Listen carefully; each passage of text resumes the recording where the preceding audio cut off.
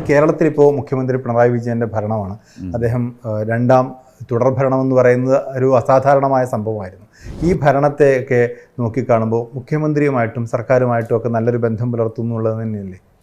ഇതുവരെ കഴിഞ്ഞ എല്ലാ ഗവൺമെൻറ്റുകളും എല്ലാ മുഖ്യമന്ത്രിമാരുമായിട്ടും നല്ല ബന്ധമാണ് സമസ്ത പുലർത്തിയിട്ടുള്ളത്. മുഖ്യമന്ത്രി പിണറായി വിജയനോട് പ്രത്യേക ഒരു ആഭിമുഖ്യം ഉണ്ടായിട്ടില്ല. അല്ല, പിണറായി വിജയൻ 5 വർഷം ഉള്ള ബന്ധം, പിന്നെ കുറച്ചും കൂടി കഴിഞ്ഞപ്പോൾ ആ ബന്ധത്തിന് നീളം കൂടും. ഇപ്പോൾ രാഷ്ട്രീയമായിട്ടുള്ള ദിശാ വ്യതിയാനം സംഭവിക്കുന്നു എന്നാണ് പൊതുവെ പറയപ്പെടുന്നത്. അതായത് നേരത്തെ CPM മാത്രം ചേർന്ന് നിന്നിരുന്ന സമസ്ത ഇപ്പോൾ CPM മാത്രമല്ല എന്ന രീതിയിലേക്ക് കൂടി രാഷ്ട്രീയ വ്യതിയാനം ഉണ്ടാകുന്നതിൻ്റെ ഭാഗമാണോ ഇപ്പോൾ?